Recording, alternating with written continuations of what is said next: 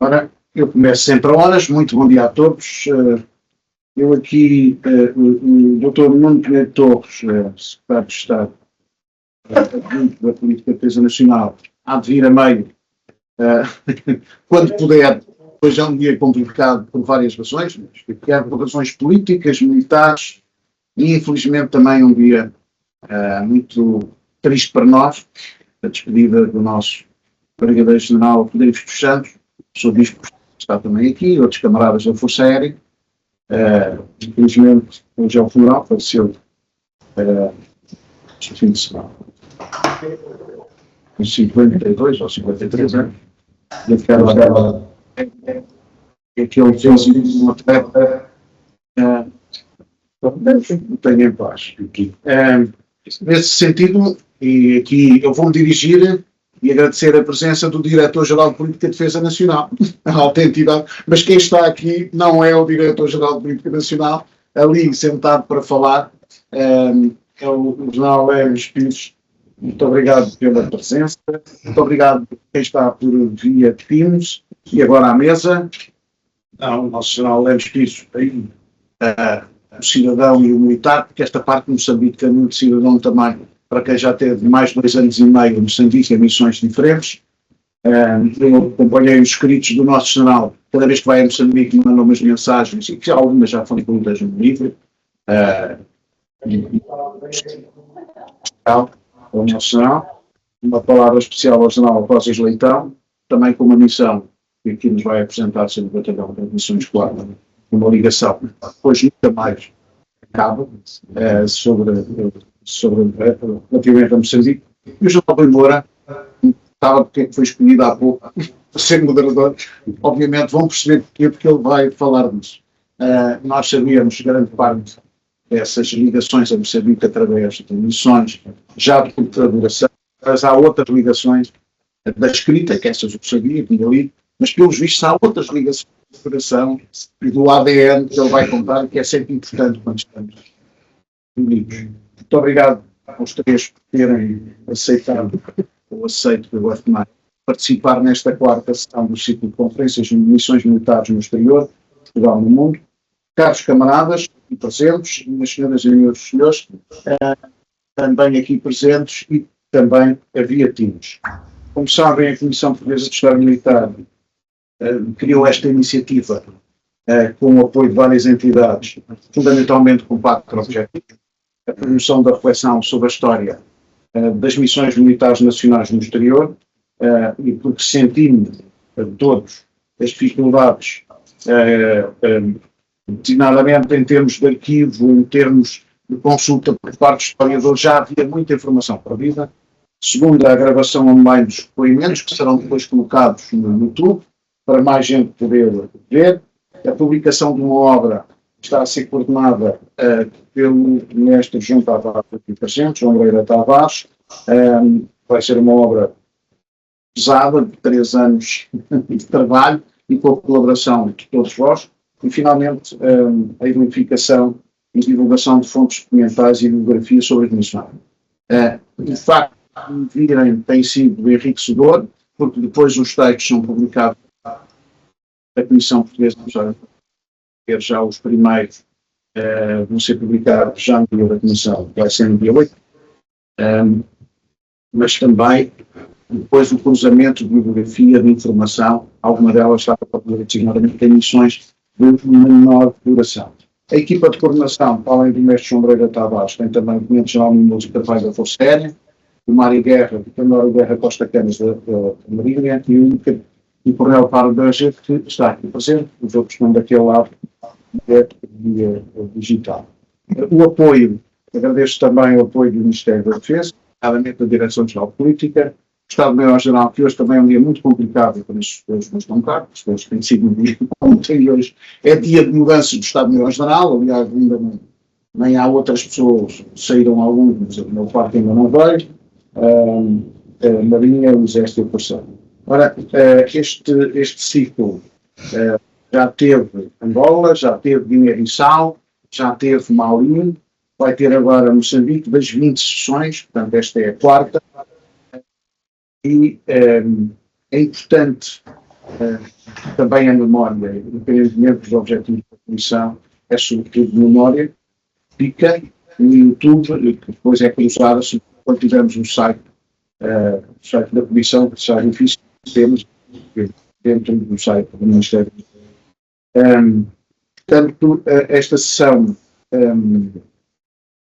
tem a particularidade de todos, é sempre o objetivo aqui presente, terem vivido intensamente as missões em Moçambique.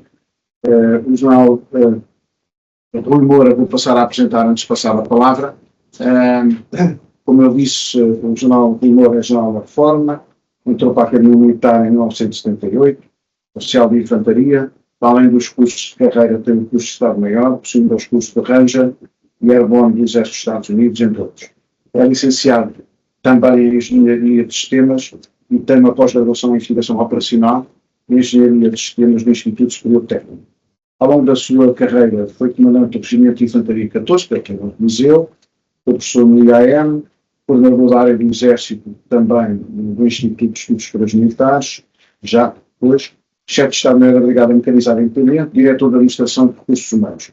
Foi ainda chefe da Divisão Pessoal e Instrução do Estado-Maior do Exército, chefe da repartição de operações conjuntas do QG Supremo das Forças Aliadas na Europa, o Cheio, em Nunes, na Bélgica. Na GNR foi adjunto do comandante operacional, comandante de doutrina e informação, comandante operacional, professor da CEPOL e consultor da Interpol. Participou em missões de curta duração em Angola, Moçambique, Albânia, Antiga República Jugoslava da Macedónia, Bósnia-Herzegovina, Kosovo e Paquistão. Tem publicado livros, capítulos de livros e diversos artigos e comunicações em publicações militares e académicas de principalmente sobre Moçambique. É sócio efetivo da Revista Militar e da Sociedade de Geografia de Lisboa e membro do Conselho Científico da nossa Comissão Portuguesa do Estado Militar. Foi Senior Strategic Advisor da TechEver e atualmente é administrador de empresas na área da logística e meio. Caro camarada Emílio Rui Moura, a palavra é tua. Muito obrigado por terem iniciado mais uma vez este desafio. Muito obrigado, bom dia a todos os presentes e também a quem está em casa a acompanhar-nos. A minha pergunta de Moçambique é interessante porque, na realidade, em minha casa, Moçambique era uma conversa diária. Eu fui a quarta geração da minha família que fui a Moçambique. O meu pai nasceu em Mocura, o meu avô foi tenente durante 4 anos a comandar um pelotão na fronteira do Rovuma entre 1914 e 1918. Eu costumo dizer não encontrou os alemães, se provavelmente eu não estaria aqui, de sucessão, evidentemente, e daí a escrita teve um artigo sobre o Volatile Vorbeck, que é uma pessoa absolutamente extraordinária, porque ele fez entre 1914 e 1918. Em Moçambique, há uma geração ainda anterior. A minha bisavó foi a professora primária do livro do norte de Moçambique, ainda na primeira década de século XX. Portanto, Moçambique era, digamos, conversa diária e muito interessante em casa. Portanto, foi um privilégio ter, na minha carreira, a oportunidade de ir a Moçambique numa situação muito interessante, que foi um dos primeiros acordos que houve entre a Frelimo e a Renamo e que se constituiu as Forças Armadas de Moçambique. As Forças Armadas unificadas, e nessa altura eu tinha acabado por Estado-Maior, aqui numa ligação institucional de estudos militares, onde era professor, e fomos vários selecionados para ir a Moçambique preparar a superestrutura, ajudar a organizar a superestrutura das Forças Armadas de Moçambique e dar formação aos generais, aos coronéis que iam chefiar as várias posições da estrutura do Estado-Maior das Forças Armadas de Moçambique. Foi muitíssimo interessante. Nas duas missões que eu prestei em Moçambique, de participação, tive o privilégio de ser recebido no batalhão de transmissões 4, que estava na Matola, e muitas vezes ia, não como despesa da vacina da base de mas quando teve o camarada Stone comandante Pedro. Eu tive que falar com o professor. Quando eu estive lá, Sim, mas o Stone era segundo pagante. Até o Pinto Castro. exatamente. É verdade. O problema é que o Pinto Castro não estava na altura por um tipo qualquer de férias ou qualquer coisa e estava o Stone, exatamente. É verdade. Muito bem. Mas paremos de falar as nossas relações com Moçambique, porque o que é realmente importante é ouvirmos aqui a experiência dos nossos generais que tiveram missões de muito poder em Moçambique e que são absolutamente vitais trazer e deixar na memória aquilo que foi feito no passado, quer mais tempo, já no século passado, quer mais recentemente inserido em organizações internacionais.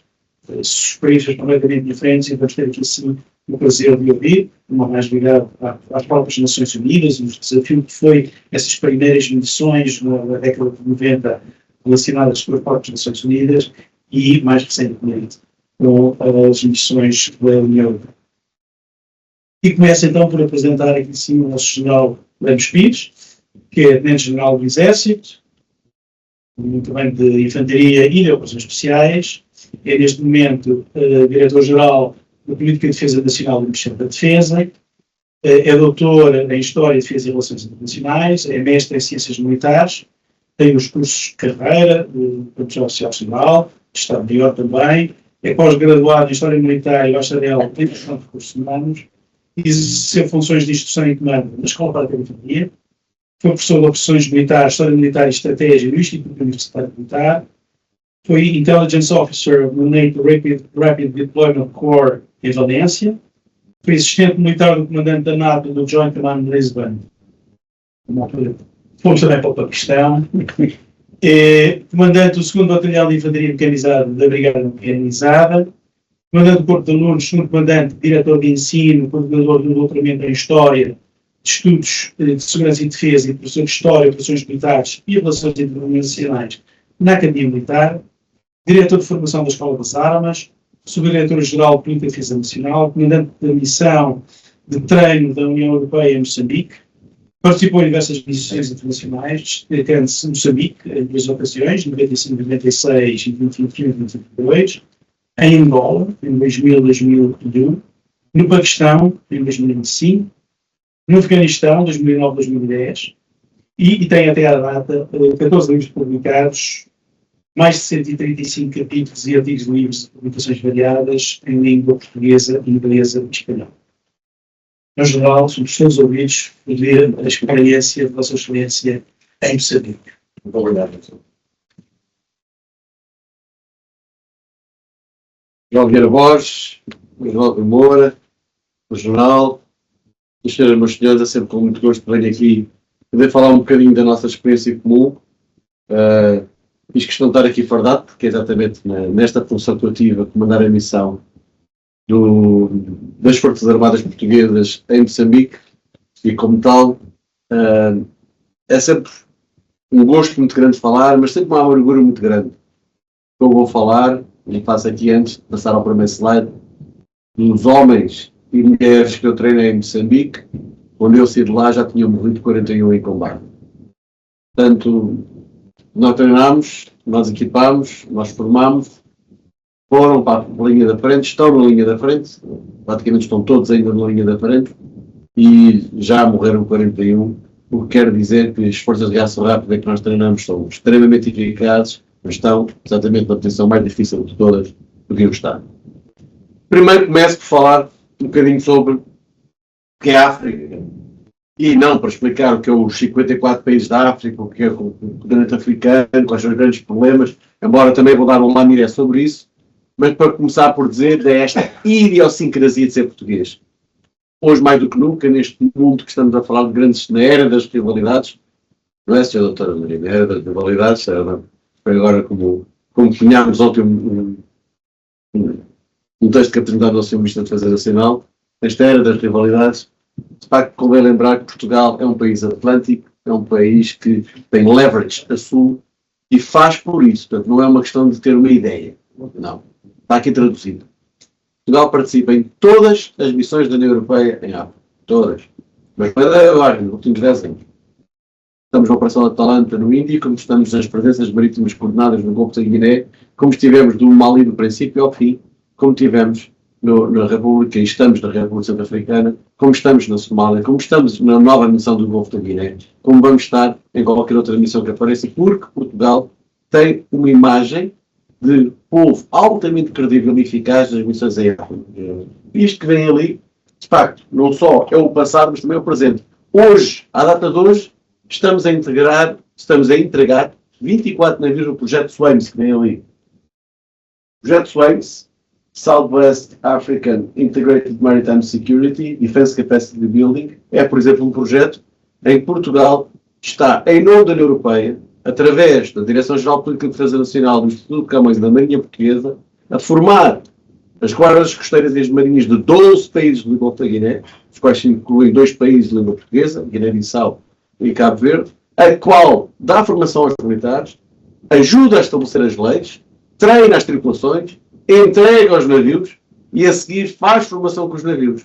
Eu estive na semana passada em Cabo Verde e estive a ver uma exibição dos 2 navios, com 2 whips, com alta potência, atinge os 50 nós, a serem perfeitamente proficientes a fazer a luta contra a droga, a fazer a luta contra a imigração ilegal, a patrulhar as águas. Isto é, por exemplo, um exemplo do que nós fazemos ali. Mas se continuarem a olhar, nós somos originários do 5+5, 5 países a norte, 5 países a sul, do Mediterrâneo com quem fazemos ligação.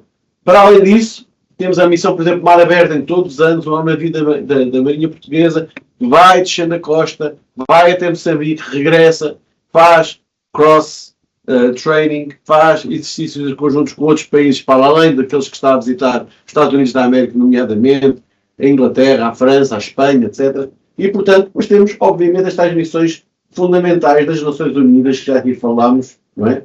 Da missão da República Centro-Africana, as tais missões da Somália, a missão ASPID, que é uma missão da União Europeia que neste momento está a fazer ao lado do que está a acontecer hoje. Estamos a falar de Hormuz, mas podemos estar a falar da ADEM.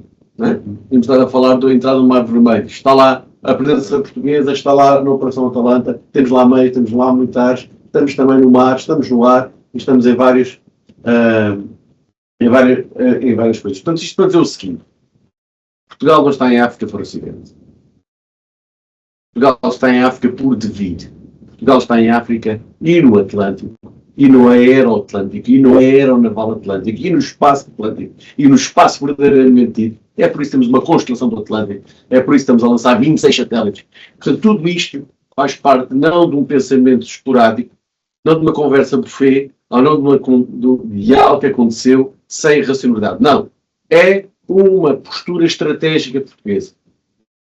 Porque nos querem lá, porque nos pedem para estar lá e porque estamos lá. Os outros também vêm. E é isso que eu vou tentar demonstrar agora um bocadinho mais à frente. Se isto quiser colaborar, eu quero colaborar. Quero colaborar.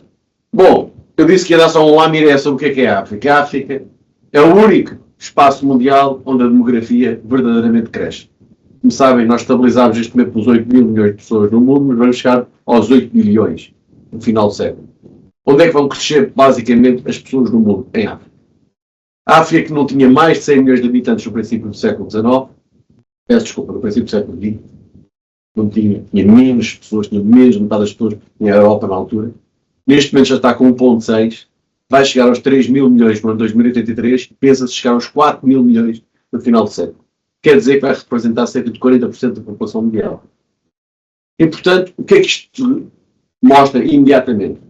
É uma grande oportunidade, porque tem gerações muito novas, muito motivadas para embarcar em novos desafios. Por outro lado, tem gente muito nova, sem emprego, sem esperança, e a viver em zonas que cada vez têm mais aridez, menos água, menos recursos, menos floresta, mais terrorismo, mais guerras civis, mais estados frágeis, mais estados colapsados em amplas zonas do terreno, faz com que a África seja, de facto, o pior e o melhor dos cenários para crescimento e para situações de guerra, conflito e desesperança, que isto estão aqui a ver com umas tecnologias muito simples. Ou aquilo que pode ser bom, também é aquilo que pode ser péssimo para o que acontece em África.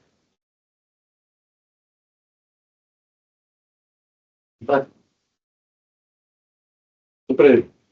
Se funciona, não vai funcionar. Funciona ou não funciona? Bom, e para Moçambique? Uma realidade geográfica, eu não vou aqui perder tempo. Começar em Portugal, aquele país gigantesco, em que Portugal, comparando com os países onde nós tivemos alguma presença, dá logo esta dimensão geográfica.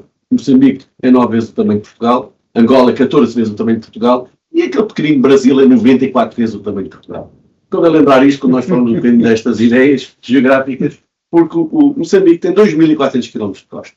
E 2.400 km de costa quer dizer logo que temos que ter aqui uma aproximação, não exclusivamente terrestre, àquilo que os desafios que ali se passam. E quando falamos da zona que me interessa aqui, que é Cabo Delgado, um tal turismo transnacional, entender que sempre foi a zona mais esquecida, mais pobre, onde houve mais guerra e onde houve mais problemas, tal como foi numa top bem, como isso na Primeira Guerra Mundial, como já durante a Guerra da África, foi de facto aqui que se manifestaram algumas dessas situações bastante terríveis.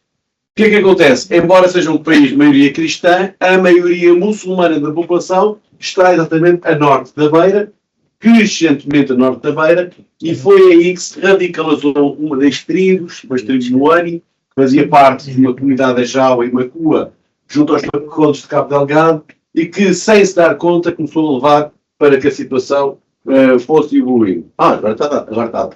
Ou seja, quando chegamos a Cabo Delgado é mais ou menos uma das províncias significativas em termos de riqueza para Moçambique, e toda a gente já ouviu falar do gás natural, estamos a falar de diamantes, tem tudo já agora, tem tudo, possa pensar.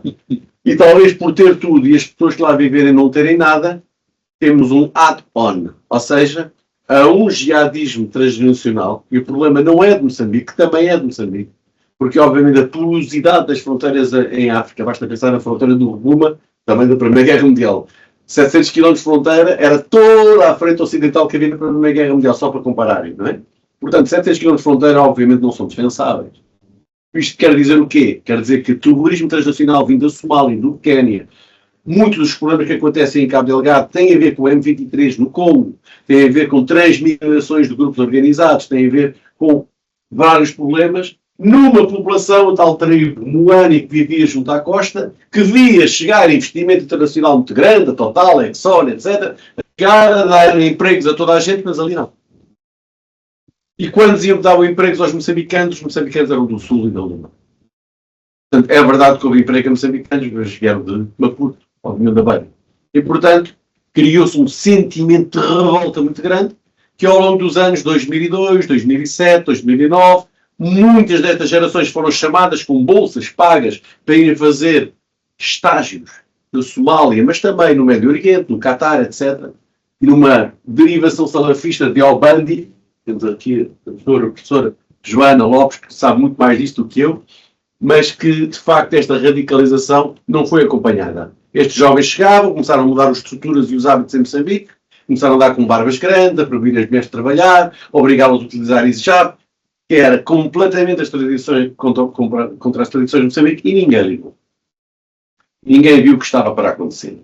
Basicamente, a radicalização, somada a uma pobreza muito grande, a uma ausência completa de Estado, a uma das zonas mais analfabetas de Moçambique, é o caldo a entornar. O caldo vai entornando e depois as coisas vão se dar muito rapidamente. Eu não vou estar aqui a explicar tudo. Ficam também com o link online para um livro que explica isto tudo, todos podem consultar, mas só para dar aqui a ideia que começa verdadeiramente a partir de 2012 a ser visível a ação jihadista radical que nós começamos a ver, e talvez em 2017 o ataque a Mocimboa da Praia. Mocimboa da Praia tem um grande significado político, territorial, também tem muito a ver com o pensamento sobre a cultura Cabo Delgado, tem a ver com os quirimbas, com o Ibi, com toda esta tradição. Isto não é um ataque qualquer, é um ataque a uma ocupação. A impunidade é tão grande que os jihadistas entram em Mocimboa da Praia e praticamente já só saíram em 2020. Tiveram 9 meses sem ser tocados, fizeram o que quiseram, criaram o seu mini califado, mataram, executaram, torturaram, escravizaram, venderam mulheres, fizeram tudo o que se possa imaginar. Durante 9 meses praticamente ninguém lá ia, e quando começaram a haver algumas escaramuças, eles permaneceram. E só em 2021 já connosco lá, que foram finalmente expelidos. E depois, obviamente, ficou muito conhecido os ataques já a Palma, em março de 2021, toda Em Portugal também se viu, a Cândida Pinto e tal, os jornalistas que lá estavam a fazer aquelas grandes reportagens a partir do terreno, mas que marca efetivamente a perca territorial e a desorganização e a incapacidade total das Forças Armadas e das Forças de Segurança de Moçambique para lidar com isso. E é isso, no fundo, que vai-se fazendo. A partir de 2017, Moçambique começa a perceber que não tem verdadeiramente capacidades para lidar com isto. Em 2020, Moçambique faz o seu primeiro pedido discreto a quem? A Portugal. Portanto, Moçambique pede discretamente ao governo português, ao Primeiro-Ministro de Portugal. O Primeiro-Ministro de Portugal pede ao Ministro da Defesa Nacional, na altura Gomes Cravinho, que, por sua vez, e é aqui que eu entro, eu era subdiretor-geral e recebi a missão de preparar um plano para Moçambique. E o que eu fiz, conto aqui brevemente, só para ver como tudo isto se joga, nas várias missões que têm sido faladas aqui nestes importantíssimos conferências que têm-se feito sobre as missões internacionais. Que é, eu recebo efetivamente, e conto o dia, 7 de agosto de 2020, estava de férias em Lagos e recebi o contacto do Sr. Diretor-Geral de Política de Defesa Nacional, na altura o embaixador Paulo Lourenço, a dizer assim: Sr. Ministro da Defesa precisa em 24 horas de um plano para Moçambique. E eu, 24 horas e tal, sim, pá, estiveste lá um ano e tal, quer-se aquela malta toda, vê lá o que é que podes fazer, 24 horas de uma coisa realista, discreta, como é que Portugal pode ajudar Moçambique, os moçambicanos. Bem, eu fiz aquilo que eu acho que isto é importante, nós portugueses sabemos fazer, que é ouvir. De facto, tenho muitos amigos em Moçambique, e a primeira coisa que eu fiz foi pegar o telefone e ligar para os meus amigos em Moçambique. Falei para 7 ou 8, durante a tarde, em Lagos, fui falando, o que é que se passa, digam-me melhor, o que é que vocês querem. E dos 8 telemas houve pelo menos 3 que me disseram o seguinte: o que eu queria era mesmo que vocês andam para aí a inventar chamadas QRF, as Quick Reaction Forces, as forças de reação rápida que vocês tiveram com muito êxito no Afeganistão de 2007 a 2010 e muito êxito tem agora na República Centro-Africana e continuam a ter as forças partitistas que mandam a dizer: queremos forças de reação rápida. Porque são as forças, nós estamos a precisar lá em cima, não temos força. Portanto, estes 3 pedidos soaram-me, é isto mesmo que eu preciso. Lá fui para o meu computador, comecei a escrever umas coisinhas, e lembrei-me, mas eu não percebo assim tanto QRF, porque eu nunca tive nenhuma, não é? Então telefonei ao primeiro comandante das QRFs na RCA, atualmente o Coronel Musa Paulino, na altura do programa. Telefonei, também estava ele de férias, disse ao Musa: desculpa lá, nós nem costumamos falar, eu conhecia-o mal, mas olha, estive a escrever um papel, parece-me que isto era uma ideia que nós podíamos apoiar Moçambique, os moçambicanos acabaram de dizer que é isto que eles querem, vê lá o que é que tu achas. Pronto. Só para dizer que, no fim daquele dia, tinham um draft com uma ideia de criar forças QRF. O Musa disse-me logo: atenção à parte marítima, é preciso criar muita força da terra para o mar, do mar para a terra, portanto, vamos fazer QRFs fuzileiros também, não pode ser só comandos e várias coisas. Ele lembrou isso muito bem. E na altura, eu já estava quase a gravar o papel quando de repente meti uma nota de rodapé. E era importante que esta missão pudesse ser uma missão da União Europeia. Devo dizer que isto foi instintivo. Não foi pensado só a pensar o que é que Portugal podia fazer, segurança marítima e tal, Cabo Delgado, como é que nós podemos ajudar os moçambicanos, e pus aquela nota de rodapé. Mandei para o meu diretor-geral, o diretor-geral mandou para o Sr. Ministro, o Sr. Ministro mandou para o Primeiro-Ministro, tirou a nota de rodapé e que eles foram para si. Foi a única coisa que ele fez. O Sr. Ministro Gomes tirou a nota de rodapé e depois esta missão é importante para a missão da União Europeia. Porquê? Lições aprendidas. Todas as missões que Portugal tinha estado na União Europeia eram missões de treino sem equipamento. E treinar sem equipar dá mau resultado. Ou se treina e se equipa as forças, ou só dar treino não leva a nada nenhum. Isto eram lições aprendidas da Somália, do Mali, da RCA, etc. Não íamos cometer a mesma asneira. E Portugal, no domínio da cooperação, CDD, Cooperação Técnico-Militar, não tinha como equipar forças de reação rápida. Nós não temos 100, 200 milhões para dar a equipar forças moçambicanas. Portanto, o Sr. Ministro pôs logo isto e o Primeiro-Ministro António Costa aprovou logo: vamos falar com Moçambique com base nisto. E pronto, é assim. Depois fomos a Moçambique, fomos lá em novembro, apresentámos o plano, foi imediatamente aceito pelos moçambicanos. Já estávamos em 2021, quando já estávamos a mandar as nossas forças bilaterais, o projeto começou por ser bilateral, mandámos um projeto de CTM, Cooperação Técnica Militar, mandámos 60 militares portugueses, basicamente da Força Aérea, alguns para fazer o Tactical Air Control Party, a esmagadora maioria, fuzileiros e comandos, para o Chimoio, para Catem, para começar. E a União Europeia, ao mesmo tempo, porque estávamos na presidência da União Europeia, Portugal estava com a presidência da União Europeia, também foi o campeão da defesa deste projeto, e basicamente o que a União Europeia fez foi: se isto já está a correr bem, não vamos inventar, vamos pegar neste projeto bilateral de Portugal, passá-lo para o capacete da União Europeia e sendo a União Europeia, vamos aumentar o nível de ambição. E foi assim que foi feito. Passámos a fazer as QRFs em large, com conceitos um bocadinho mais amplos, com integrated approach, que já vou explicar a seguir, e então aí eu fui nomeado comandante da missão da União Europeia. O que é que estava a passar? Basicamente, em Cabo Delgado havia já 1 milhão de refugiados. Uma vida insustentável. Portanto, olhar para a resolução do problema apenas do ponto de vista militar era curto, tinha que se olhar para o ponto de vista do desenvolvimento, e daí uma das grandes frases da nossa missão. Não há desenvolvimento sem segurança, não há segurança sem desenvolvimento. E como tal, não se podia fazer uma abordagem que não fosse integrated approach. Tinha que haver aqui uma abordagem que abordasse sempre as duas linhas paralelas, segurança e desenvolvimento, de uma forma muito clara.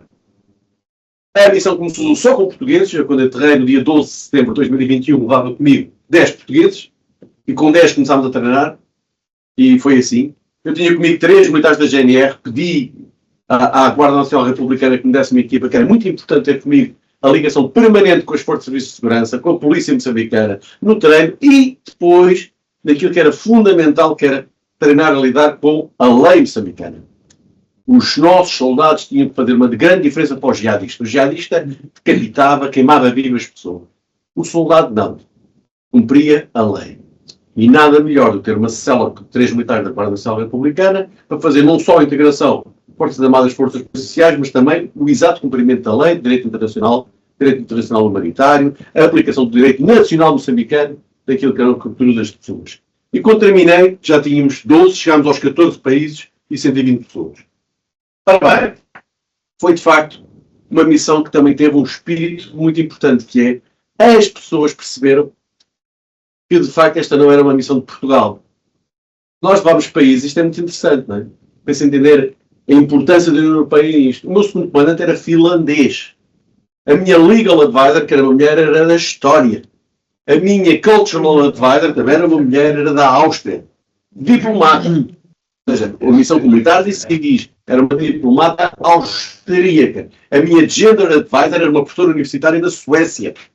Do facto de termos países como a Lituânia a participarem numa missão no sul de África, isto foi extremamente importante e tem sido extremamente importante para a imagem da União Europeia em Moçambique, em África. Que é, os países do Norte estão-se a preocupar com o que se passa ao Sul. E é claro que eles foram também um bocadinho, porque if you scratch my back, I scratch yours. Ou seja, porque Portugal tinha estado nas outras missões, Portugal também podia exigir que viesse mais gente para estas missões. O que é que foi esta missão, então? Criar forças de reação rápida. Onde comandos no Chimoio, cerca de 1.100 km de Maputo, fuzileiros em Catembo, em Mavana, o Tactical Air Control Party, equipas de controle aerotático da Força Aérea Moçambicana, o treino depois feito já em Nacala, com a integração com os helicópteros da Força Aérea Moçambicana, era feito por ciclos de treino, 3 semanas de cada vez. Portanto, eu como comandante estava 3 semanas aqui, 1 semana aqui, todos os meses, e 1 ou 2 semanas por cada ciclo de treino em Nacala, para preparar as forças para irem lá para cima. O que é que interessa aqui? O que é uma QRF? Ninguém sabia. O que é uma Quick Reaction Force? É a força mais pequena capaz de ter autonomia, mas é uma força suficientemente grande para nenhum grupo jihadista conseguir derrotar. E até agora, estamos em 2026, nunca foi derrotado. Todos estão completos. Todos os mortos que aconteceram, já vamos bem acima dos 41, todos os mortos que aconteceram foram separados e isolados. Porque quando a QRF está junta, não há grupo jihadista que os consiga. Nunca aconteceu com as forças portuguesas e também não acontece com os moçambicanos. Tem cerca de 140 a 160 pessoas, suficientemente fortes e organizadas, bem treinadas e equipadas, e não há hipótese. Depois, a abordagem integrada. Integrated Approach, Comprehensive Approach, Whole of Government, Whole of Society, Holistic Approach. Todas as palavras vão dar ao mesmo. Não há segurança sem desenvolvimento. Se não houver desenvolvimento, não há desenvolvimento sem segurança. É só isto. E o que é que nós fizemos? Eu sentei-me eu fui perante o meu chefe, e o meu chefe era o embaixador António Sanches Benedito, embaixador da União Europeia em Moçambique. Foi ele que liderou este esforço de integração. 428 milhões de euros para a ajuda ao desenvolvimento, os meus 89 milhões de euros para a ajuda ao equipamento militar. É isto. Integramos o planeta. E quando fomos a Mocimboa da Praia, libertar Mocimboa da Praia, importante isto, que é a nossa primeira grande operação, a primeira que é treinada é libertar Mocimboa da Praia. No dia em que entramos em Mocimboa da Praia, No mesmo dia, estávamos a abrir o hospital. No dia seguinte, estávamos a abrir a escola, o mercado local e estávamos a começar as obras na estrada. Não há desenvolvimento sem segurança e não há segurança sem desenvolvimento. Se chegássemos lá e tivéssemos só disparado contra os jihadistas, o efeito era pífio. Mas não, matámos os jihadistas, efetivamente, capturámos o que tínhamos que capturar, levámos para que tinha que ser detido, mas imediatamente começou a haver economia, começou a haver governo. Isso é que era a grande diferença. Depois utilizámos o que não tínhamos. Por exemplo, há um país da União Europeia que faz fronteira com Moçambique, chama-se França. Tem Maiote e a Ilha da Reunião. A partir das forças estacionadas, tínhamos equipas móveis que iam lá 3 semanas por cada turno dar treino logístico. Depois, treinar, equipar e monitorizar. Não chega a treinar e equipar, já vou falar a parte de equipar, mas também monitorizar que os equipamentos estão certos e que a força está bem treinada para aquilo que está a fazer. As medidas de assistência dividiram-se em duas. Urgent Measures, Assistance Measures, o pacote geral de 89 milhões de euros, e foi Portugal, foi a Direção-Geral de Política de Defesa Nacional que ficou responsável por garantir a entrega dos equipamentos. Ou seja, equipar 11 QRFs, 5 de fuzileiros, 6 de comandos, completamente equipadas, prontas para tudo, exceto a material letal, porque a União Europeia, com aquelas mariquices da altura, não dava material letal. Está bem? Eu utilizei a palavra de propósito, mariquices. Pensaram que era acidente de linguagem, não é? Depois tivemos Quick Impact Project. O que é isto? É ir a cada um dos 27 Estados-membros da União Europeia a dizer assim: você não quer brilhar em Moçambique? Há miúdas que estão obrigadas a ser vão casar aos 12 anos, 13 anos, porque não têm escola. Há mulheres a morrer de sida. Há crianças abandonadas. Estamos a fazer projetos de assistência humanitária país a país. Para além do que aquilo que era a missão da União Europeia, a missão de Moçambique, foi pedir aos países, através da União Europeia, que fizessem isto. Foi um sucesso. Às vezes com 5 mil euros fazia-se uma cozinha. Com 15 mil euros abria-se 2 salas de escola. Com 150 mil euros fizeram-se enfermarias. Pronto. Não é assim tão difícil. Uma das coisas de maior sucesso que tivemos nesta iniciativa Five Partners Plus, que eu já vou falar à frente, que acho que é muito importante, foi juntar todos os outros atores para além da União Europeia que estavam presentes. O que é uma QRF? Uma Quick Reaction Force é uma força de combate altamente móvel, suficientemente grande para dissuadir qualquer adversário, suficientemente pequena para não ter uma pegada logística muito grande. Pronta para atuar até 30 dias, mas com completa autonomia nos primeiros 5. Tem os módulos de apoio de combate e de apoio de serviços e permite rodar, inclusivamente com planeamento operacional. Porquê? Porque é uma companhia com um Estado-Maior de nível de batalhão. E é isto que é uma Quick Reaction. Por isso, há tal autonomia e o tal desinébas que permitem fazer a diferença. Permitem fazer operações conjuntas e combinadas, permite ser sustentável por curtos períodos de tempo, tem capacidade de planeamento de condução, tem capacidade de força e reserva que trabalha com as outras que estão em ciclo, por isso é que são 11, tem alta mobilidade, estamos a falar de 99 embarcações que nós demos aos moçambicanos, por exemplo, no mar, estamos a falar de botes de alta velocidade para desembarcar em qualquer ponto, e todo o tipo de ambiente. O que é que eu tenho então como parte importante? Era o conceito logístico. E o conceito logístico tinha que funcionar. Para além das forças, tínhamos que ter a certeza. Isto demonstra, por exemplo, todo o equipamento que temos, sabíamos ao pormenor onde é que estava cada equipamento, a cada momento e para que lado é que ia. E a tal integrated approach. O embaixador tinha o seu papel, a forma como nós podíamos juntar esta integração, e daí estar a fotografia, estou aqui eu como comandante militar, está aqui ele como embaixador da União Europeia, e juntar o tal desenvolvimento que é este triângulo, o triângulo da segurança. Isto é um esquema que eu inventei, mas a ideia é esta. Não há desenvolvimento sem segurança, não há segurança sem desenvolvimento, e para isso é preciso identificar quem é o moçambicano, como é que se organiza na sua família estrutural e religiosa, qual é a comunidade em que ele vive, dentro das suas necessidades, como é que o governo de Moçambique faz a sua gestão pública para chegarmos a uma coesão integrada de triângulo, em que falam empresas privadas, empresas internacionais, falam de desenvolvimento, projetos da Total, projetos da economia, e quando falamos de segurança, forças armadas, forças militares privadas, milícias e outros combatentes, tudo isto tem que estar integrado. Muito mais, não é difícil. Parece um bicho muito grande, mas afinal não é difícil. Só uma questão de organizar um bocadinho. As tais equipas de gestão que eu falei, os franceses, faziam toda a diferença e que ajudaram sempre naquilo que era o reforço do treino local e tal, os equipamentos que começaram a chegar, o training, equipment monitoring, isso começou a fazer. Cada soldado recebia 47 peças de equipamento. desde os Google, desde os GPS, e estamos a falar de state of the art, não estamos a falar de coisas compradas aos chineses, não. Estamos a falar de coisas compradas como deve ser. Todos os equipamentos que fomos dando, testados, proven, em combate, tudo bem feito, e assim devagarinho os quick impact projects, as enfermarias, as escolas, os cotos, as coisas que fomos fazendo, e sempre a tal ligação civil-militar. E permanentemente eu deslocava-me a todas as zonas que podia, fui 4 vezes para cima de Cabo Delgado, era fora da minha área de missão, estupidamente. A União Europeia não quis pôr Cabo Delgado dentro da área de missão, são aqueles absurdos que ainda temos dentro da nossa lógica, mas sempre lá podia, fazia. Por exemplo, aqui foi entregar 2 salas de aulas a um chefe de uma aldeia, permitiu que várias miúdas de 12 anos não se casassem naquele ano, só se casaram aos 16.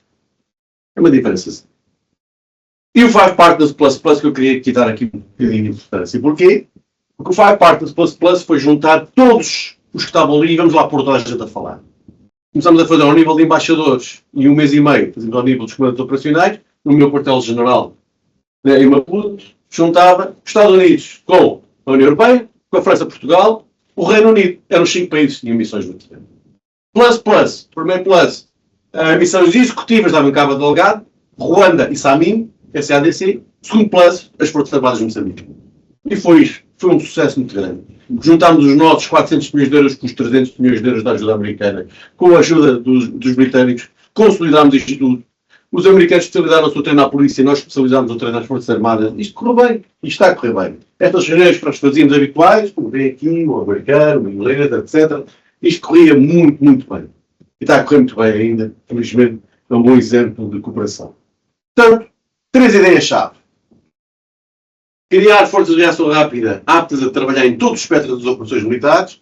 Treinar, equipar e monitorizar através da ajuda internacional European Peace Facility. E um conceito de interagências, ou seja, Forças Armadas, Forças Civis de Segurança, abordagem integrada, desenvolvimento e segurança. Ora, como é que ficámos? A missão terminou, como tínhamos que fazer 11 QRFs, quando terminámos a 11ª QRF, a European Union Training Mission, terminou, começou uma nova missão completamente diferente chamada EUMAM, mas, como é óbvio, faltava ainda garantir que as coisas funcionavam para o futuro. O que eu quero dizer com isto? É a cerimónia de transferência da autoridade que ela tive. Foi tão importante para a União Europeia que o Sr. José Borrell fez questão de estar lá na minha cerimónia de encerramento. Estava lá 2 ou 3 ministros da Defesa, estavam lá todos os chefes militares, estavam lá todos os embaixadores, porque isto era a missão nova e que estava a levar um espírito novo e diferente para poder fazer. Agora, é preciso sustentar. E é por isso que há uma nova missão chamada EUMAM. Para quê? Para sustentar a operação, para sustentar o treino, para sustentar a manutenção e implementar o conceito alargado que é a todas as Forças Armadas. Porque é preciso soluções africanas para fazer isto. E como tal, que é facto é que nós podemos dizer assim, como é que terminou a missão? Treinámos 1.700 militares, fizemos muitas operações, treinámos os trainers, além de treinarmos os treinados, também treinámos os trainers, cada trainer demorou 1 ano a ser treinado, não foi 4 meses como os outros, como forças. E, faltava-me aqui um slide, peço desculpa, que era das missões. Olha, foi-se. Mas era só para dizer que eu deixo aqui, não faz mal. Não faz mal. Era só para dizer que faltava aqui só para dizer. Destas missões todas que se fizeram lá em cima, que se fazem diariamente, não é? O resultado que vem é lição aprendida. As forças estão muito bem treinadas e muito bem equipadas, o que é que fazem muitos moçambicanos? Dividem a força. Pegam uma companhia, põem pelotões põem secções mandam os homens e é assim que eles têm um pleno. Vão disparar. Ultimamente já não tem acontecido isto, porque a força existe para estar concentrada. E concentrada é uma máquina terrível em termos de combate e é uma máquina fundamental em termos de construção de abordagem integrada junto às populações. Nós formámos muitas mulheres e as mulheres têm sido fundamentais para fazer a ligação às aldeias. São elas que garantem o apoio integrado. São elas que garantem os projetos de desenvolvimento, são os sargentos que ensinam nas escolas, são os oficiais que fazem os juízes, e isso tem feito uma diferença muito grande daquilo que é a ligação. E como tal, é uma missão que fez o seu caminho, está a fazer o seu caminho, e só tenho pena muitas vezes é que as pessoas depois pensem que isto se resolveu.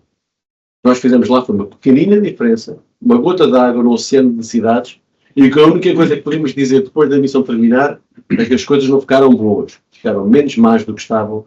Os problemas persistem e ainda precisam de muita ajuda e por muitos anos. Obrigado. Obrigado, mas General, por ter cumprido escrupulosamente o tempo disponível teremos mais tempo envolvimento para esclarecer algumas questões ou dúvidas que tenham ficado. Muito importante esta apresentação. Bom, e vamos continuar aqui assim a nossa sessão, agora com o nosso general Rosas Leitão. O Major-General João Miguel Castro Rosas Leitão, na situação de forma, ingressou na Academia Militar em 1970, concluiu o curso de Engenharia Eletrotécnica Militar para as transmissões em 77, frequentou, entre outros, o curso Geral de Comando de Estado-Maior e o curso de Promoção Social Estado. Os principais cargos que desempenhou na sua longa e distinta carreira: foi professor na Academia Militar, foi comandante do destacamento de transmissões do Quartel-General do General Centro, distintos anos de 90 a 92, foi comandante do Batalhão de Transmissões 4 da União de Mós, em 1994, foi chefe da Divisão de Sistemas de Informação e Comunicações e desempenhou funções da Direção-Geral de Infraestrutura em 2002, foi comandante da Escola Militar de Eletromecânica entre 2002 e 2004, foi promovido a Major-General em 2006, foi comandante militar da Madeira e comandante da Zona Militar da Madeira de 2006 a 2010, foi diretor de Educação do Exército e vogal do Conselho Superior de Disciplina e teve uma vasta colaboração também com o mundo civil, designadamente com a ACEI Portugal, onde colabora e colaborou ativamente e exerce consultadoria em gestão de programas. No geral, vamos ouvir uma experiência completamente diferente, 20 quase 30 anos antes, 25 anos antes, numa missão completamente distinta, num ambiente diferente e integrado numa organização diferente que foram as Nações Unidas. Muito obrigado, General Garbosa, pelo convite. Então, queria agradecer então a presença de todos e vamos tentar descer 30 anos no tempo, 30 e tal anos. O ambiente era diferente, tinha acabado há pouco tempo cair o muro de Berlim, estamos em 92, quando vamos começar esta história, estamos em 92. As Nações Unidas estavam numa época de ouro, o secretário-geral das Nações Unidas era o Sr. Boutros Boutros-Ghali, do Egito, grande categoria.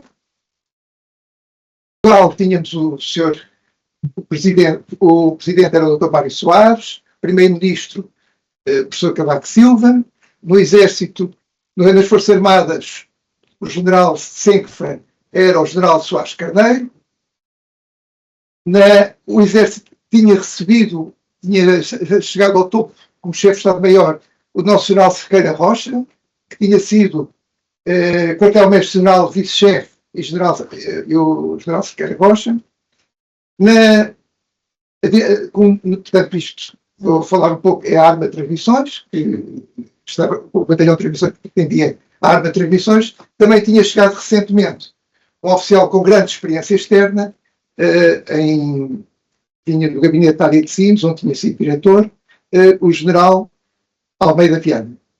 E no depósito, vai ser o foco desta nossa história, havia um diretor, que era o general José Manuel Pinto Castro, e o subdiretor, que era eu, na Velha, e mais um conjunto de excelentes oficiais, sargentos e praça. Então vamos começar primeiro por uma cronologia dos factos. Como é que se iniciou este processo?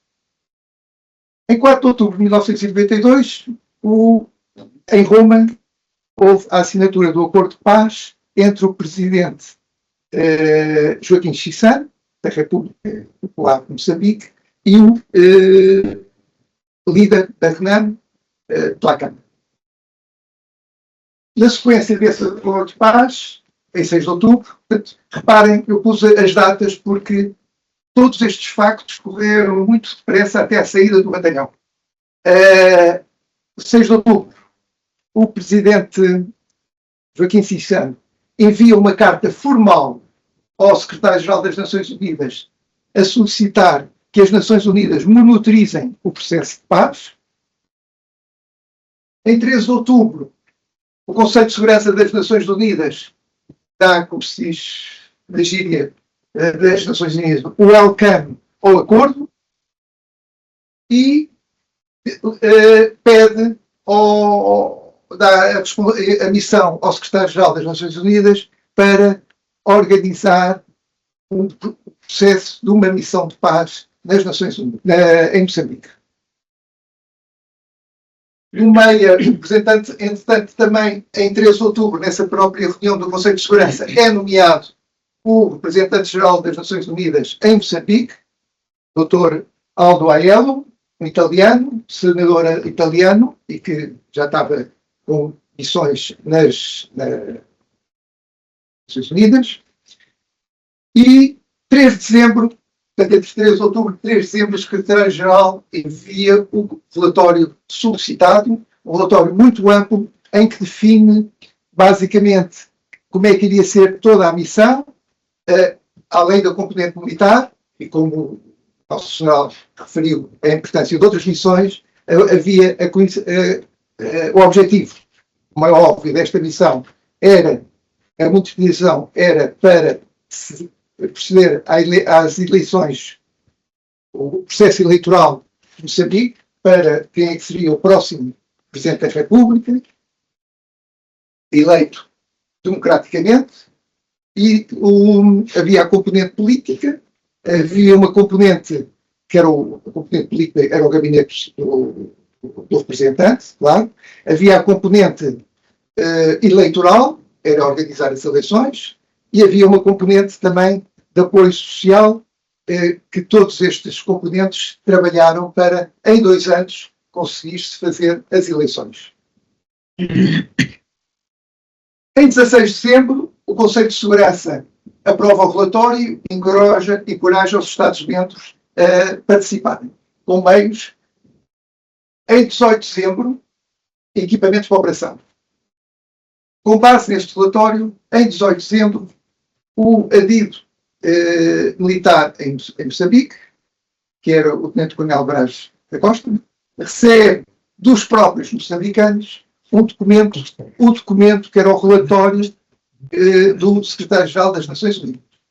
Houve um trabalho intenso entre o Tenente-Coronel Brás da Costa, o Tenente-Coronel Henriques, que era o adido militar em Washington, em Nova York, e coordenaram e enviaram eu trago o documento porque é interessante, com as novas tecnologias, penso que o processo de decisão não seria tão rápido como este foi. O processo de decisão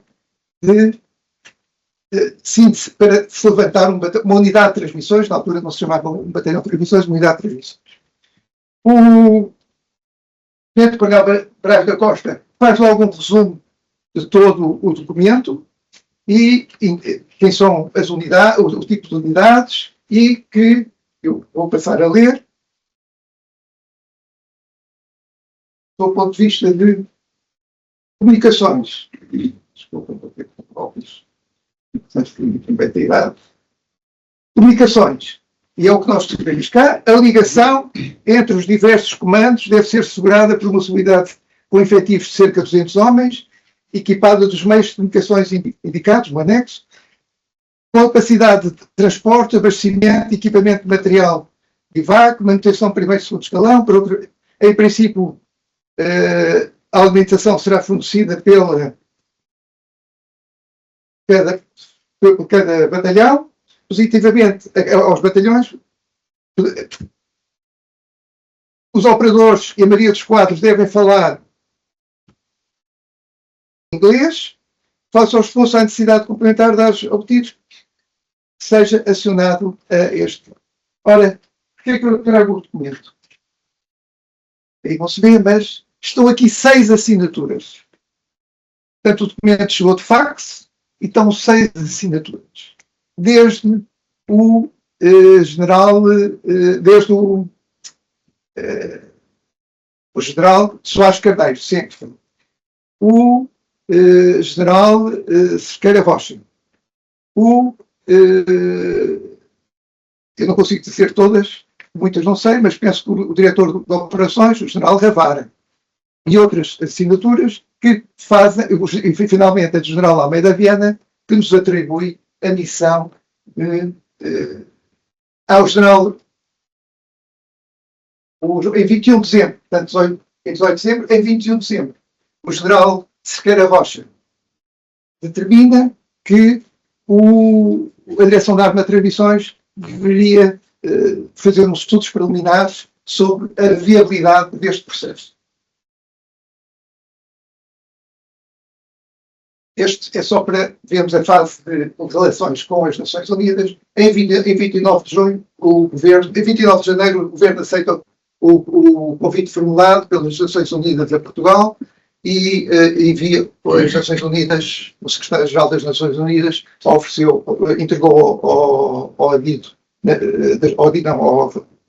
embaixador português das Nações Unidas o documento, os guidelines para a operação.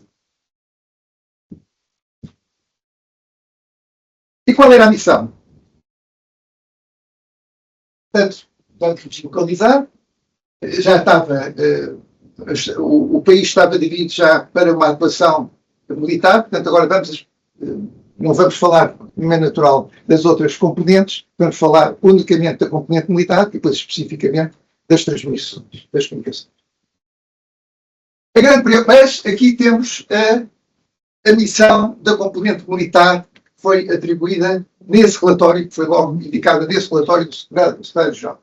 A grande preocupação, e ele escreve isso no seu prefácio do livro que escreveu sobre a Operação Odmos, e era a carta que apresentaram, a grande preocupação era a segurança, manter a segurança. E a segurança das próprias Nações Unidas. Porque eles tinham vindo de uma operação, UNTAC, que foi a operação em Camboja, foi um desastre para as Nações Unidas, em que morreram 85 elementos, quer militares, quer civis. E, portanto, estavam muito assustados com a segurança do próprio pessoal, além da segurança, como é óbvio, das pessoas, dos moçambicanos. A segurança de todos os intervenientes. Portanto, Moçambique, o nosso jornal já referiu muito bem, as dimensões são gigantes. Portanto, estava definido a região norte, e a preocupação, o conceito era, se garantirmos a segurança nos corredores vitais, acabemos por garantir a segurança em Moçambique. E então, os corredores vitais que ainda continuam, que são os corredores económicos, ou os corredores que quem estuda Moçambique fala sempre disto, é na Cala, que é uma linha de ferro que liga o Porto de Nacala ao Malawi, depois, aqui na zona da Cabora Bassa, Tete a este, o corredor de Tete, que liga depois com o corredor da Beira. O corredor da Beira é importantíssimo, tem linha de comboio, tem estrada e tem a pipeline. Depois o Fal do Limpopo, este corredor, e este corredor que liga o Maputo ao Zimbábue. Depois outras áreas, esta era a área, não vou descrever, mas que está aqui especificado. Quando recebemos este documento, e o diretor da Arma de Transmissões nomeou logo como o depósito para elaborar os estudos preliminares. O depósito era uma unidade de transmissões, ali em Linda a Velha, Depósito Geral de Material de Transmissões, que tinha tido uma evolução de depósito para um centro tecnológico, um polo tecnológico, em que juntava os engenheiros, com os técnicos de manutenção, com os abastecimentos e ao lado uma escola, que era uma escola de elite, que o Exército acabou, que era uma escola de elite de formação profissional, que era a EML, que existia desde que eu nasci, 1953. E, portanto, era uma área onde havia uma capacidade de desenvolvimento que era já conhecido pelo Exército. Portanto, nomearam a área é um polo tecnológico das comunicações táticas. Portanto, nas transmissões, nós temos uma área que trabalha as comunicações táticas, outra que trabalha as comunicações estratégicas. As estratégicas é no quartel de sapadores e as táticas o desenvolvimento das comunicações táticas era feito em linha velha, sob a direção, claro, da direção da Arma de Transmissões e as pessoas que participaram e a operação logística. Em 29 de dezembro, portanto, a DAT atribui a missão de elaborar os estudos preliminares. Em 4 de janeiro, reparem que nós estamos a falar no período de Natal e Ano Novo. Portanto, tudo foi muito rápido. Em 4 de janeiro, no meio, está aqui presente, o Tenente-Coronel Pinto Castro como diretor do futuro comandante a constituir, e nós, no depósito, iniciamos o processo. E como é que iniciamos? Como tínhamos uma área de estudos e projetos e uma área também de manutenção, reunimos e de oficiais de equipamentos em desenvolvimento e que estavam em fábrica. O nosso parceiro que nos fornecia os equipamentos era uma empresa na altura com participação do Estado, que era a empresa de investigação e desenvolvimento. Fizemos uma equipe de projeto com cerca de 8 engenheiros e 2 técnicos, dos quais 2 eram o diretor e subdiretor, e mais 6 engenheiros eletrotécnicos e 2 técnicos de manutenção, oficiais de manutenção. Entretanto, também já se acabou com essa área, essa capacidade, oficiais de manutenção. E definiu-se um primeiro documento que seria apresentado ao diretor da Arma de Transmissões. Basicamente, o documento esboça como é que vamos distribuir vamos criar os centros de comunicações. O objetivo sempre do nosso trabalho é criar centros de comunicações que garantam ao comandante da força a ligação até aos batalhões e unidades. Propusemos um quadro orgânico com cerca de material alto e pessoal, com cerca de 218 militares.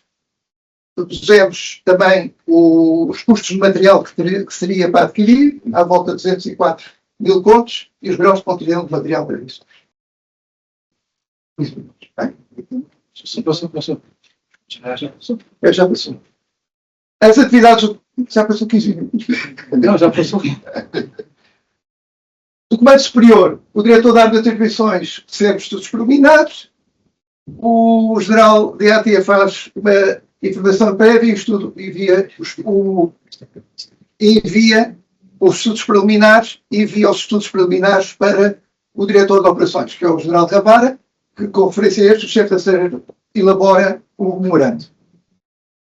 Em 10 de fevereiro, o general SEM solicita ao SENCFA uma deslocação imediata do grupo do batalhão a Moçambique, uma aprovação de distribuição, aprova uma atribuição de 500 mil contos e a definição urgente dos estatutos pessoal.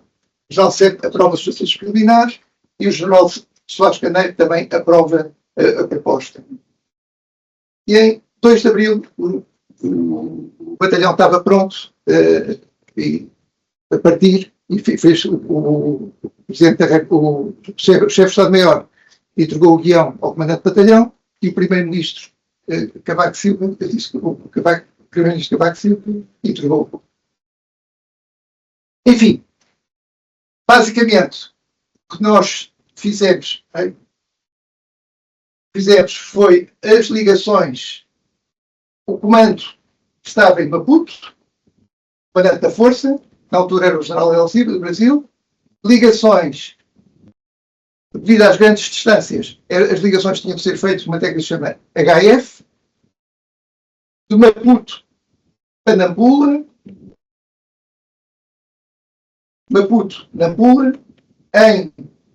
entre QGs, portanto havia o QG da região norte e Nampula, o QG da região centro de Naveiro, o QG da região sul de Maputo, em fonia, com 2 ligações diferentes, uma em fonia e outra em grafia, portanto, através de impressores, para as várias, os 3 QGs, a ligação aos QGs. E havia a ligação aos batalhões, que é o que está aqui indicado, o batalhão em Choqué, o batalhão em Inhambane, o batalhão italiano em Chimoio, um batalhão em Tete e o batalhão em Bangladesh, e não.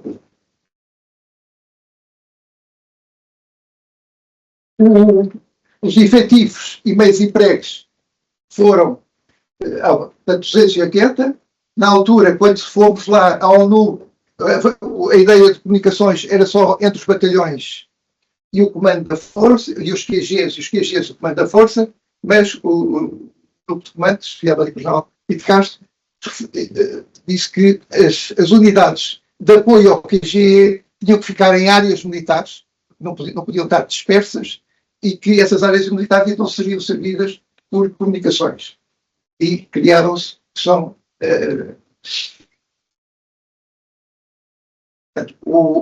eu falei no Rato, o Rato é esta unidade base, todo o batalhão é expedicionário, portanto é móvel, com grupos geradores, e fizemos os tipos de sistemas que fornecemos, eram sistemas RAT, portanto rádio, as centrais telefónicas dos QGs e do comando da força, e os feixes hertzianos para ligação às áreas militares que apoiavam os QGs. Os dispositivos das forças de ONU-MOS estão aqui indicadas, portanto, no norte era um brigadeiro do Bangladesh, com uma força do Bangladesh. Os únicos que não eram do Bangladesh éramos nós. Aqui em Tete, diante do comando, era a Brigada Alpina, que estava na beira. Um batalhão Botsuana em Tete e um batalhão em Chimoio. No sul era o Uruguai do QG, com um comandante em Inhambane, e o batalhão do Zimbábue em Chimoio. Isto é uma ideia, portanto, da dimensão dos batalhões e cada um com as responsabilidades nas suas frentes. Os batalhões de infantaria, a responsabilidade de garantir a segurança nestas áreas.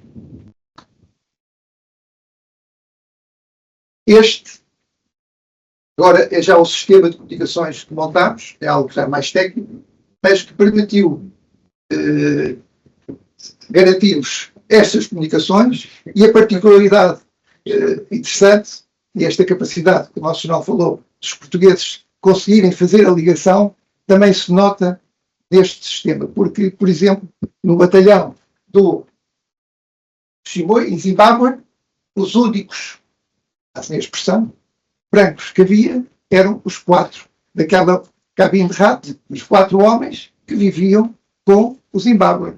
Claro que em sítios mais complexos eles eram rendidos de 15 em 15 dias, ou de semana a semana, conforme fosse, mas em todas as áreas que nós projetámos 12 centros de comunicações, e esses centros de comunicações eram pequenas estruturas que se integravam na unidade. Aquelas que iam para os batalhões, que se integravam nos batalhões. Estes QGs era uma zona mais facilitada. Agora vou apresentar um pequeno filme para verem o ambiente que se vivia lá. Vou só explicar ao nível de infraestruturas, quando chegou o nosso acampamento não havia nada, era só terra. Teve que começar tudo do início. A ONU garantia que dizia nos seus documentos que ia garantir o fornecimento de infraestruturas, que iria rodear o batalhão com arame farpado, etc. Mas a ONU é uma organização extraordinária, que eu respeito, mas temos de ter muita diplomacia para perceber o que é que eles fazem e o que não fazem. E aceitar quando não fazem, não ficarmos zangados e fazermos nós. Vou só explicar que depois do filme, na parte final, a parte inicial do filme será mais a área operacional, a parte final será mais aquela área diplomática e social que... Isto era o batalhão de transmissões, a entrada, vão ver depois na parte final a entrada de entidades. Aqui eram os bivacs onde o pessoal estava, os alojamentos. Ao lado tínhamos uma unidade japonesa, que suscitou estar estacionada no mesmo acampamento que os portugueses, e depois tínhamos o posto de comando, onde nós trabalhávamos, cozinhas, a área de. Levámos em contentores, portanto, o material foi em contentores e que foi ótimo, como o ONU não forneceu instalações nenhumas, os contentores serviram desde enfermaria, barbearia, armazém de material de guerra, tudo. Os 20 e tal contentores aqui serviram para todas essas. E a área do refeitório, e o resto de oficiais, e depois oficinas de auto, polivalente, cozinha. Os 25 anos do batalhão, no dia dos capacetes azuis, portanto, fez-se uma exposição na Liga dos Combatentes, no Forte. Forte de Belém. No Forte de Bom Sucesso, em que o Presidente da República foi inaugurar, e como o público mais frequente visita o Forte de Bom Sucesso, o Museu da Liga dos Combatentes, em inglês, achei por bem pôr em inglês, que tinha pena que eles fossem ver muitos. Há sempre muitas visitas de estrangeiros que fossem ver o filme e sim, não perceberem nada. Então. Mozambique's economy is wrecked. Over 1 million peasant farmers. Drought gripped the south. The war in Mozambique has begun spilling over.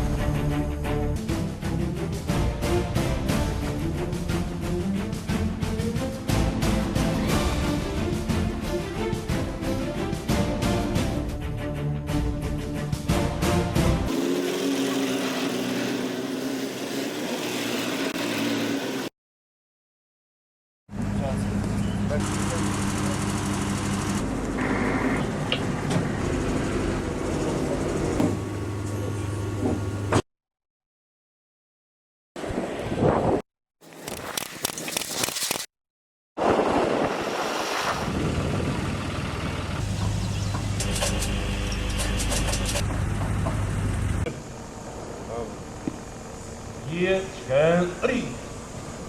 Auf.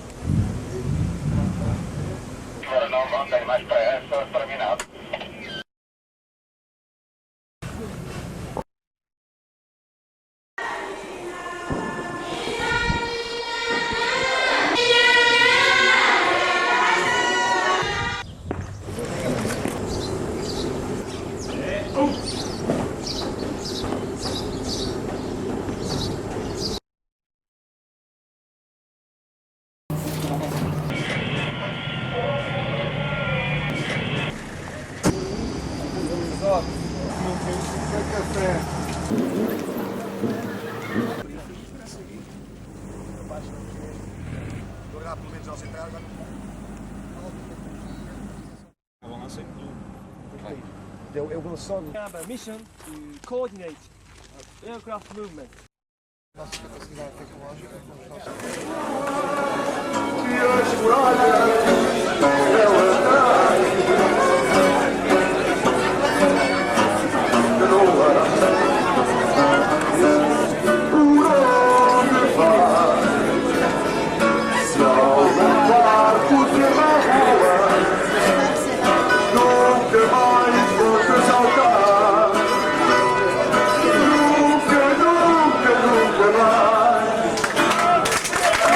Jornalista português. Fiquei muito satisfeito do que vi em Moçambique.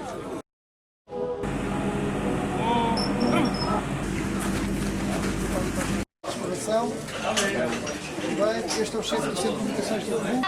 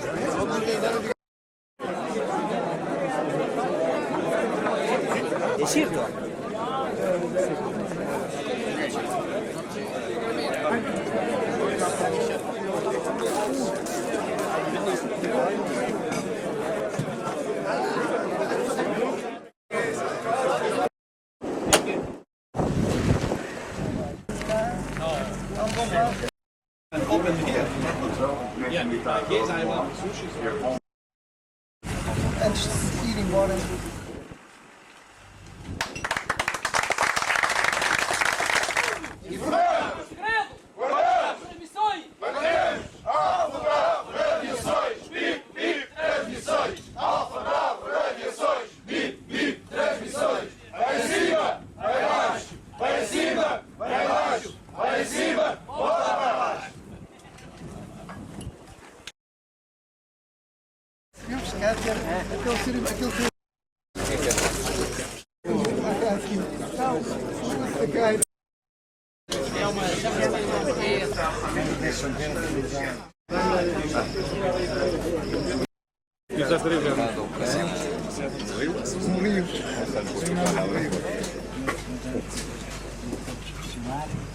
Sou comandante do Batalhão de Transmissões, minhas senhoras e meus senhores. Para a minha mulher e para mim é um prazer estar hoje aqui convosco. E é um prazer porque vocês estiveram aqui e fizeram alguma coisa de importante pelo nome de Portugal. O vosso comportamento, a maneira como atuaram, a maneira como foram vistos pelos outros, é algo que nos enche de satisfação e de orgulho. E, portanto, não quero deixar perder esta oportunidade para, em nome de Portugal, da nossa pátria, vos agradecer. Quero também agradecer ao amigo que fosse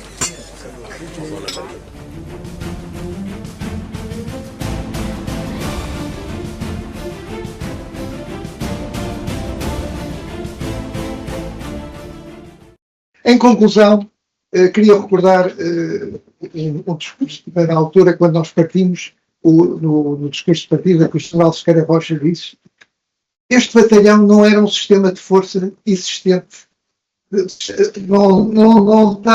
existia no sistema de forças do Exército.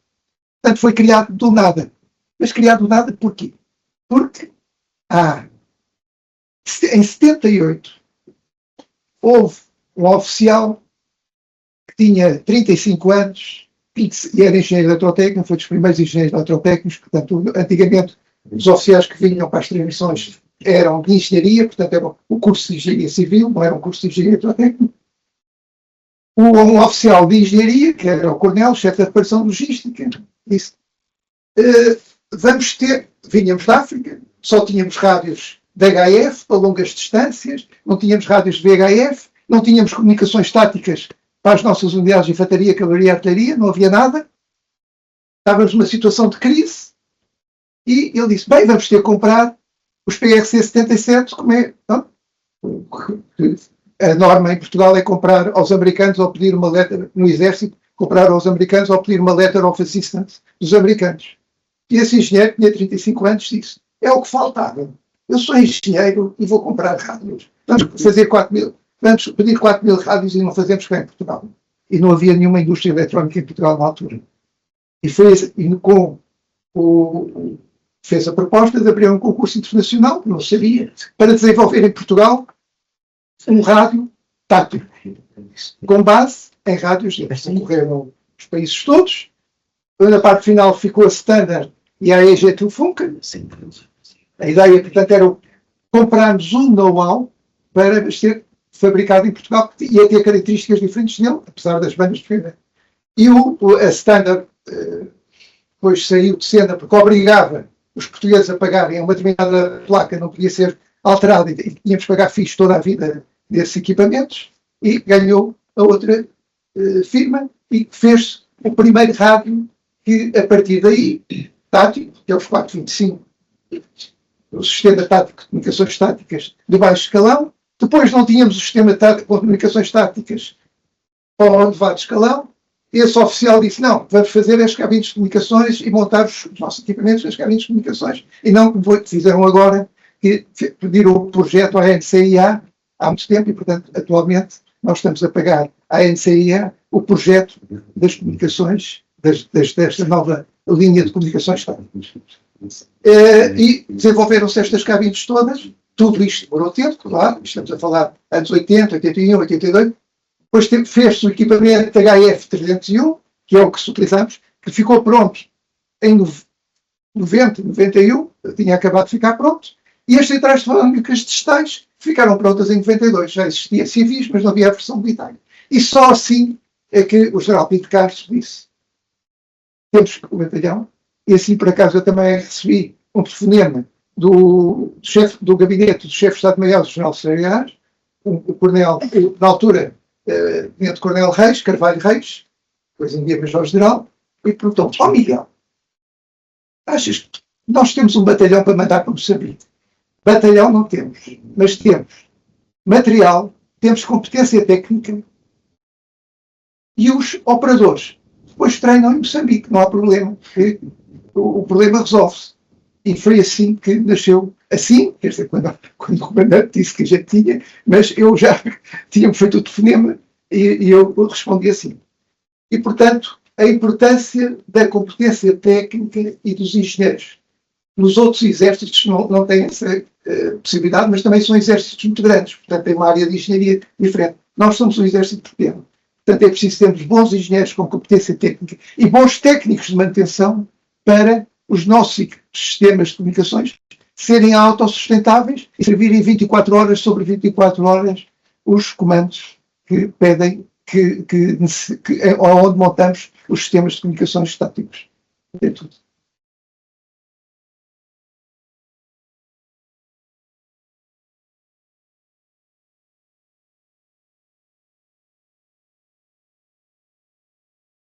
João, muito obrigado por ter cumprido também o tempo disponível. Não sei, temos que ir meia hora. Temos meia hora, sim, exatamente. Depois tem que sair também.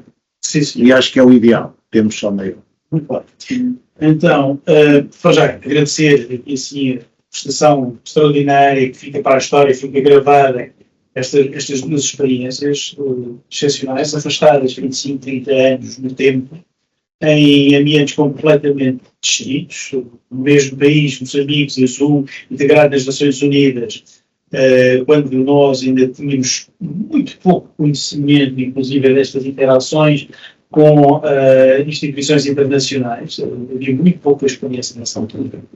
E, ao, digamos assim, também a resultado original, pelo fundo, é Portugal puxar até a própria União Europeia e arrastar a União Europeia, partilhando aquilo que é de partilhar o nosso conhecimento do território, o nosso conhecimento do terreno, o nosso conhecimento da língua, a nossa facilidade de interação. Portanto, agradeço imenso estes dois momentos de conhecimento e colocar aqui assim à disponibilidade da plateia qualquer intervenção, sugestão, queiram destacar aos nossos canais relativamente a estas duas missões. O complemento de informação. Temos ali sim um primeiro inscrito, faz favor. Obrigado, Sr. General. Agradecia que se identificasse primeiro. O meu nome é Diogo Braconcha.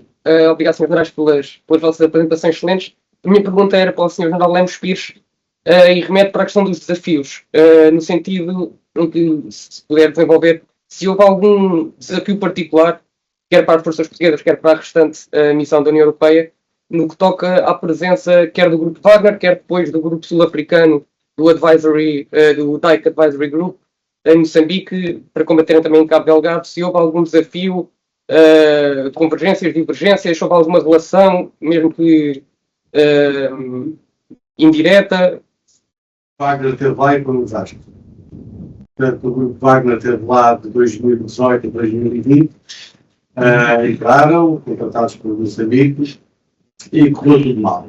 Primeiro porque o Grupo Wagner não se apercebeu que Moçambique não era a Revolução Africana, Mali, Níger, Burkina Faso. Eles estavam habituados a trabalhar com outra África e pensavam que chegavam lá e conseguir tirar os benefícios que eles realmente tiravam, que era ficar com as milhas, com os tráficos, com as vendas, com as pessoas e que colocavam baixo nas suas folhas de pagamento os oficiais todos africanos. Ora, em Moçambique descobriram que não é assim. Não é quer dizer que Moçambique não tenha corrupção, claro que tem. Não tem esta corrupção generalizada, nem esta indiferença da população. Portanto, a população não gostou da atitude do Grupo Wagner. Não lhes deu as minas, não lhes deu os tráficos, não lhes deu os negócios e isso correu algo muito mal. Segundo, não eram muito arrogantes a lidar com os próprios militares moçambicanos. Nomeadamente, eu diria que era a altura mais com a polícia moçambicana. A polícia estava muito mal preparada. Mas foi uma má decisão, hoje podemos dizer, em termos de lições aprendidas, ter sido iniciada a resposta ao jihadismo através da polícia e não das Forças Armadas. A polícia, de facto, fez uma reação muito desenquadrada, de chamar assim.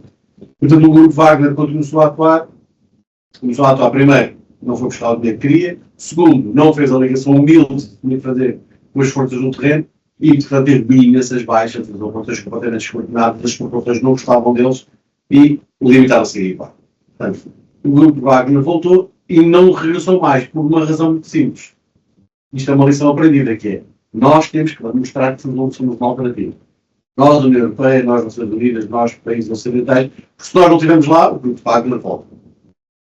Portanto, nós tínhamos que chegar lá e ser a alternativa. O TIC Advisory Group foi uma coisa muito mais pequenina. Esteve lá a fazer uma missão mais aérea, com base nos helicópteros. Trabalhava a partir de Nacala, onde tinha uma base. Também nos criou problemas. Porque nós, quando lá chegámos, queríamos ir para Nacala e não para o Chimbu. Nós queríamos pôr tudo em Nacala. Mas porque estava lá o TIC Advisory Group, tivemos que ir para o Chimbu e para Catendo. Mas o TIC Advisory Group foi uma coisa muito localizada. Fez uma prestação de serviços muito mais limitada no tempo e no espaço. E também, podemos dizer, o único sucesso que teve foi defender ali a zona da Exxon. Onde ele estava a calma. Fez ali uma defesa muito próxima que faria uma Securitas Plus. Portanto, não foi mais do que isto. Não teve efeito nenhum real. Para nós não foi um desafio, nem sequer foi um problema, nem sequer foi uma questão de ligação. Não tive que lidar com ele. Não tive. Tive que lidar em si com o Ruanda. O Ruanda fez uma força, era uma missão executiva. A missão da União Europeia é não executiva. Quer dizer, a União Europeia nós preparamos forças que vão combater. Nós não combatemos diretamente, nem sequer tínhamos cabo na área de missão. Nem sequer lá podíamos ir. Cada vez que lá ia, tinha que pedir autorização a Bruxelas, que era uma coisa do outro mundo. A primeira vez demorei 4 meses e meio a ter autorização. Depois lá consegui mais rapidamente. Foi lá 4 meses. Mas a questão que se punha aqui era que nós tínhamos que lidar com as missões executivas. Havia lá duas. A missão do Ruanda, com cerca de 2.300 homens, quase 3.000, ficaram na zona Palma à Fungi e que ainda lá estão hoje, e que são fundamentais, extremamente competentes, falam Swahili, que é uma língua que também se fala na região, portanto, tem uma ligação muito boa, mas também não saem dali. Pouco mais fazem do que a ação na sua zona de influência. Fazem algumas operações conjuntas com as notas TRF, mas não saem dali. Por exemplo, há uma missão da SADC, da Organização Regional South African, né? Onde se inclui Angola tinha uma aérea, que era fundamental, e que fizeram uma operação muito importante pela sua presença. A única diferença que eu tenho ali, o batalhão sul-africano foi no início, que era um batalhão muito bem preparado, e que fez algumas operações nas Quiringas muito importantes.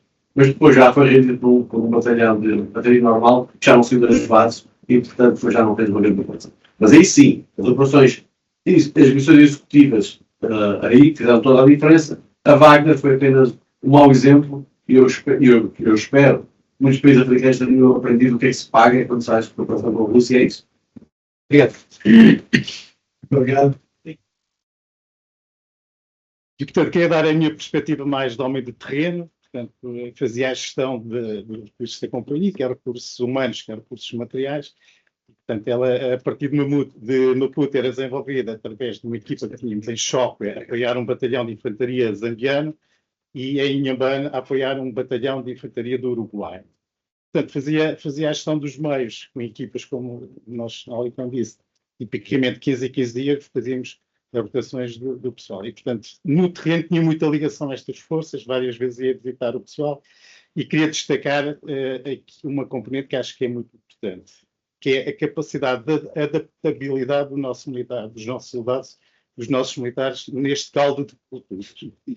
E, portanto, ia ao batalhão zambiano em Choque e, portanto, percebia, estávamos perfeitamente integrados. Portanto, não, era uma condição que eu só via nisso no português. Sabia que os italianos tinham imensos problemas no Chimoio, que era Portugal e a Itália eram os únicos países da NATO em 93 estavam neste teatro.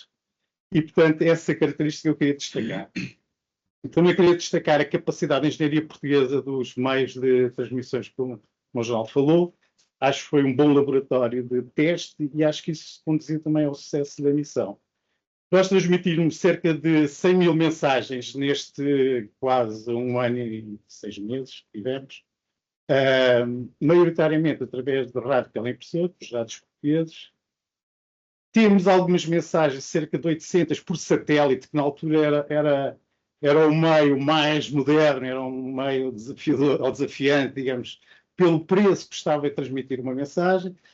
Nós estávamos a utilizar o Inmarsat, que era o International Maritime Satellite, que tinha sido desenvolvido para operações mais marítimas, mas, portanto, estávamos aqui em Moçambique a utilizar isto.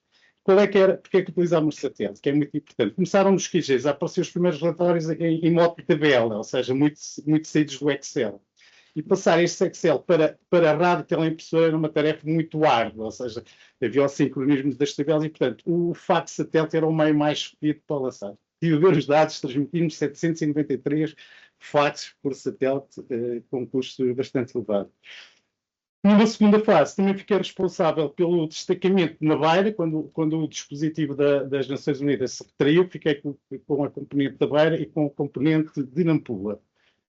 De Nampula, queria partilhar um episódio que aconteceu, portanto, o Sr. General deu-me uma missão que era embarcar as viaturas todas no Porto de Nacala. Portanto, organizei uma coluna de Nampula para Nacala, e quando chega a Nacala, tínhamos um navio russo à espera que ia transportar as viaturas, e os funcionários do terminal estavam em greve, supostamente em greve. Portanto, fiquei numa situação que eu não sei quantas viaturas e não os conseguia colocar no navio. E não conseguimos, não há hipótese, devem não sei quantos meses em atraso, e, portanto, pusemos aqui uma capacidade de reengenharia portuguesa a funcionar, colhemos alguns dólares, fomos à missão portuguesa que estava lá em Nacala, a funcionar, trocámos para meticais e fomos para o Porto de Nacala mais ou menos fazer um jogo, ou seja, cada viatura que era colocada no navio, havia uns stores de umas árvores gigantes no Porto, nós íamos para cima dos stores e mandávamos um conjunto de notas para o ar, e, portanto, cada viatura que ia para o navio era missão cumprida. E, portanto, ao fim de uma manhã, lá conseguimos pôr as viaturas todas no navio. Aquilo para eles foi um jogo, foi um desafio, foi muito engraçado. Portanto, também para esta capacidade que os portugueses no terreno muitas vezes têm para resolver situações. Do ponto de vista logístico, também dar uma nota que os japoneses no nosso lado foi muito importante, porque havia aqui uma assimetria de culturas e que se perspectivava todos os dias, nomeadamente na alimentação. Nós sabemos que a alimentação dos japoneses é diferente da nossa. Portanto, quando víamos o contingente japonês a comer cozida à portuguesa, entre outros pratos, víamos que havia aqui algum doutrinamento, ou seja, estava tudo bem inserido, e, portanto, isso era importante. Outro facto dos japoneses, eles a partir de determinada altura começaram a ter problemas de uniformes. O uniforme deles não tinha sido bem desenhado, entre aspas, a nível de fibras para o teatro. E, portanto, o oficial de operações japonês pediu uma série de amostras dos camuflados, que enviaram para Tóquio, passado algum tempo veio o resultado. E, na altura, o oficial de operações disse: o melhor camuflado é o português. Disse: pois é que Deus chama-se camuflagem, já tem mais fibras de algodão e tal, e, portanto, dar esta curiosidade. Também a visita do quartel-mestre japonês, assinalar dois factos. Primeiro, o modelo de cozinha de campanha português foi altamente elogiado, portanto, estava tudo integrado. O meu jornal deve dizer este tipo de cozinha, e também as camas que usávamos nas tendas. Portanto, também esta parte foi muito curiosa a ver dos japoneses esta situação.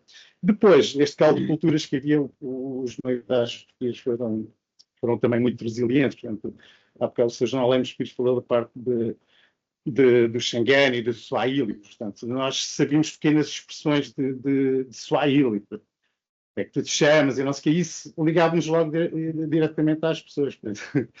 Eu há uma expressão em Swahili que ainda não me esqueci, que é: como é que tu te chamas? Albano Vitalaway. Portanto, isto era importante chegar ao pé de uma pessoa e dizer: o Mano Vitalaway, mas os portugueses sabem a nossa língua, e isso era um fator diferenciador para nos ligarmos muito à população local, e com isto termino dizer que foi um prazer enorme ter servido às Nações Unidas e o Exército Português em Moçambique.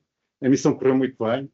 Todos os anos temos um almoço e pronto, os meus soldados de 23 anos neste momento têm 56, 57 anos, alguns já com netos, mas pronto, ainda partilhamos este sentimento de camaradagem. E todos os anos saem histórias novas que se passaram no batalhão que eu não sabia. Era tudo. Obrigado. Mas,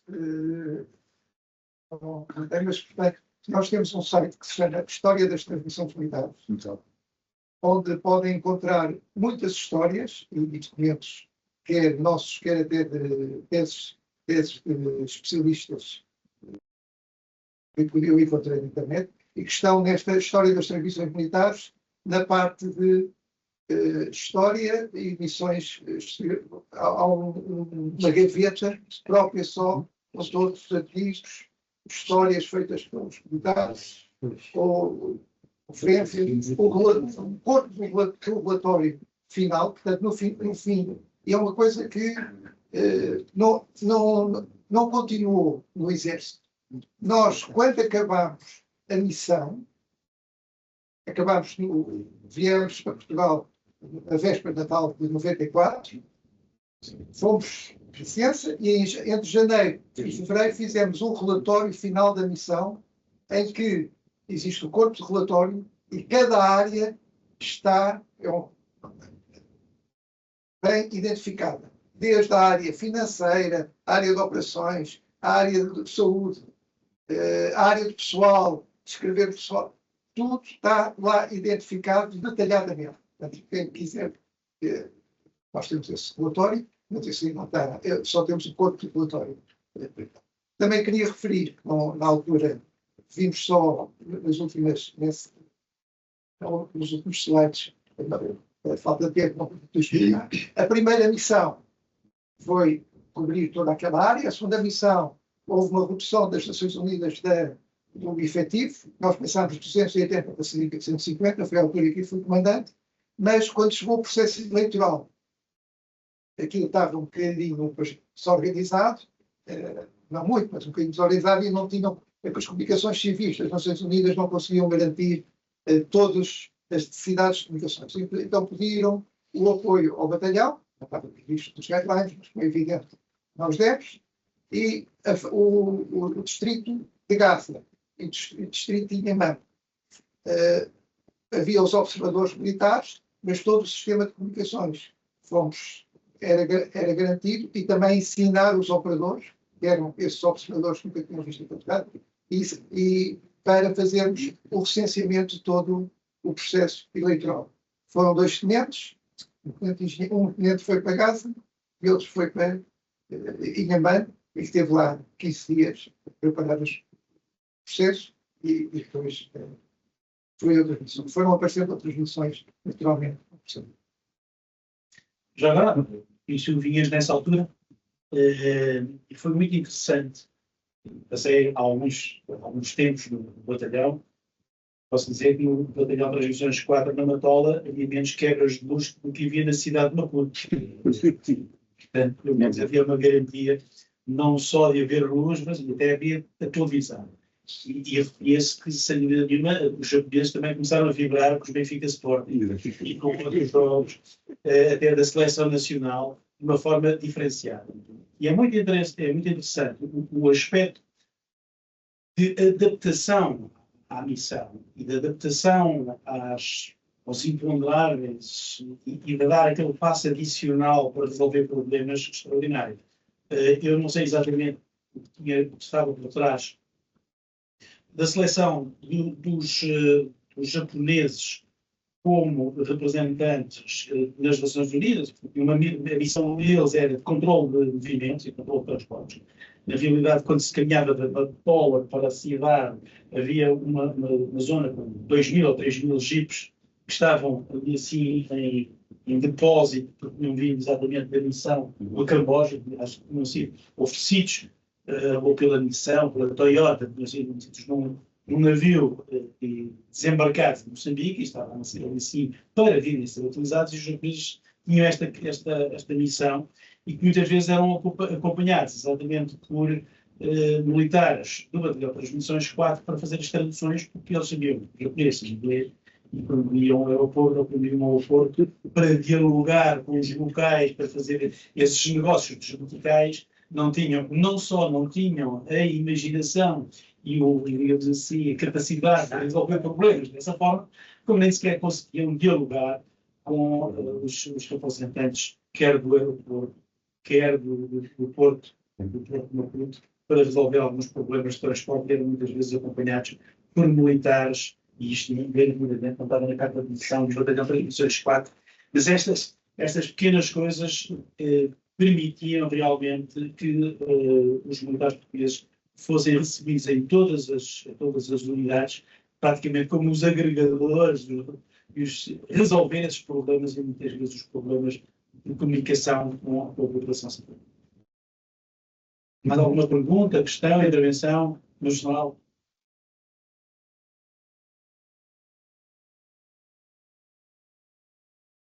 Mas queria salientar uma coisa que para mim é muito importante. É o desenvolvimento nacional, a nossa capacidade de produzirmos equipamentos. Eu sou um adepto de que as Forças Armadas devem se reequipar a partir da indústria nacional, assim como a Europa deve se reequipar a partir da indústria europeia. E este é um exemplo flagrante sobre isso. Este batalhão foi possível fazer-se, estou a falar de costas, foi possível fazer-se porque depois de termos saído da África, os meios de comunicações que tínhamos eram meios para longa distância. Aquilo são distâncias de 1.000, 2.000 quilómetros, 3.000 quilómetros, faz que em HF. Ora, nós, tendo abandonado a África, estando no continente, íamos integrar forças convencionais, em guerra convencional, e aí as comunicações são comunicações diárias, táticas com 10 quilómetros, 20 quilómetros, e, portanto, o tipo de comunicações é à base de VHF e feixes hertzianos. Nós não tínhamos nada disso. Então havia que fazer um reaperfeiçamento do nosso exército. E tínhamos que comprar material. Foi aí que surgiu a ideia que o Miguel, que era eu não quis dizer que era o irmão dele, que era o tenente-coronel Napolitão, que estava na direção da arma, lançou a ideia de nós conseguimos fazer projetos em Portugal. Porque, entretanto, estávamos a idealizar um batalhão de transmissões nacional. E começaram-se a lançar projetos para reaperfeiçar esse batalhão de transmissões nacional, a partir da direção da arma. E grande parte desses projetos foram feitos pela indústria nacional. Na altura era a EID, era privilegiada porque era a única empresa de eletrónica que fazia. Havia mais também, havia outras, mas que falhavam. E então, os projetos que já havia eram, aliás, o batalhão, eu fui escolhido para comandar o batalhão porque eu tinha estado nesses projetos todos. E era o diretor da arma, reconhecia que eu conhecia todo o sistema de material que havia e o pessoal que estava ligado a isso, pessoal técnico. E então, nós estávamos no fim de fabrico, na altura, de centrais digitais, que na altura era uma tecnologia de ponta, ainda não havia centrais, eram de comutação eletromecânica, não eram digitais. Nós tínhamos acabado de fazer o desenvolvimento de rádios de VHF, que normalmente utilizávamos eram rádios americanos, que era o que estava em Santa Margarida, que era o PR-177 que ele fala. Estávamos no fim do desenvolvimento de rádios de HF, de um telefone eletrónico, que tinha uma base israelita, de cifras. Portanto, nós tínhamos o desenvolvimento disso que estava no fim de linha. Portanto, quando se constituiu o batalhão, foi possível aperfeiçoar o batalhão à base de material nacional, cabines de transmissões. Aquelas cabines foram todas feitas cá em Portugal. E foram todas equipadas em Portugal. Elas depois só tiveram que ser pintadas a correr de branco para entrarem na missão para Moçambique. E eu costumo dizer que para mim foi um orgulho ter um batalhão que aí 98% do material era fabricado em Portugal. Só não tínhamos fábrica em Portugal, antenas de água e os tais terminais do satélite e de Marsat, que não. Eu acho que é possível fazer o crescimento a partir da indústria nacional e depois começou a falhar. Só queria dar esta nota porque acho que é importante. Muito obrigado, João. Só vem mais uma pergunta, é um limite. Mais alguma pergunta ou intervenção? Eu só queria, já agora, 2 minutos. Sou Major General formado em Durinho Ferreira, também sou de transmissões, oriundo de transmissões. Não estive envolvido nesta operação, mas queria fazer uma observação ao General Observação. Peço desculpa por esta observação, mas parece-me que tenho razão. Naquele mapa de presença portuguesa em África, não estivemos também no Saara Ocidental. Faltou ali, pareceu. Não era histórico, era atual. É atual, Mas mas era eu quero de sempre. As missões da União Europeia. No Sara foi uma missão das Nações Unidas. Não pus todas as pronto. Tivemos em Congo, Pronto. não era, a ideia era pôr. O atual. É muita coisa. É muita coisa. É muita coisa. Sobre uma outra observação em relação ao que disse o General Miguel Leitão. Quem quiser saber todas as histórias da arma de transmissões ou das transmissões militares portuguesas, desde sempre, é só ir ao site da Comissão de História das Transmissões, que é simplesmente www.historiadastransmissões.com. Está lá tudo. Obrigado. Jornal? Não. Fica para mim a parte. Não posso. Acho que sim. Eu acho que tem essa. Sim, eu tinha umas palavras finais de agradecimento, mas se me permitem, porque eu, a partir de 94 até 2001, tive a divisão de operações, trabalhar todas as operações posterior com outros camaradas. Foi uma experiência única, mas queria destacar e sublinhar o facto de o Batalhão de Transmissões número 4 ter sido uma referência. Foi uma referência para nós em termos de trabalho, foi uma referência para nós também, eu lembro-me bem dos meus chefes de divisão, naquilo que o Sr. General acabou de referir, teve a ver com o vosso caminho que continuou em termos de indústria portuguesa, de produção de equipamentos, de sistemas que estavam sempre na linha da frente. Isso era um exemplo, foi uma referência para nós. Ao longo desses anos, depois vocês equiparam as outras unidades que iam, as unidades portuguesas, e acho que toda esta experiência, também como foi muito importante a vossa intervenção, também a Rubinho, foi muito importante depois para que tivéssemos sucesso noutras operações. Relativamente à missão que comandou o nosso general Lemos Pires, independentemente que estava em Moçambique, noutras situações, foi essa acompanhei em pormenor, nós falávamos regularmente os dois. Em primeiro lugar, não foi fácil. Ele aqui apresenta, como ele é sempre muito positivo, não é? Apresenta as coisas como se fossem fáceis, mas foi muito complexo. Muito complexo. Todo este processo, relativamente à União Europeia, que o João Rui Moura também já destacou, foi importante, mas para lá chegar não foi fácil. O nosso jornal transforma as coisas difíceis em coisas fáceis, mas sofreu muito. Por dizer aqui, aquelas imagens são muito simpáticas, mas para fazer aquelas reuniões com aqueles americanos, com aquela gente toda, teve que haver um trabalho imenso, que tem a ver também com o soldado, com essa característica do soldado, e depois também dos nossos generais, que quando estão, ou dos nossos coronéis, quando estão nestes teatros de operações, se distinguem nesse aspecto, relativamente a outros países, ou outros oficiais de outros países, ou outros militares de outros países. E sinceramente, esta missão, acompanhei mais por telefone, ali com o jornal Lemos Pires, quando ele diz aquelas mariquices da União Europeia, eu volto a repetir, não levem a mal, porque efetivamente tem muito a ver com aquelas burocracias, também deve ser outra palavra, as burocracias da União Europeia que nós sentimos a outros níveis, também no nível político, e naquilo que está a passar. O mundo hoje não vou fazer os comentários logo à noite, ou que fiz ontem à noite, mas o mundo, como já perceberam, está cada vez mais complexo.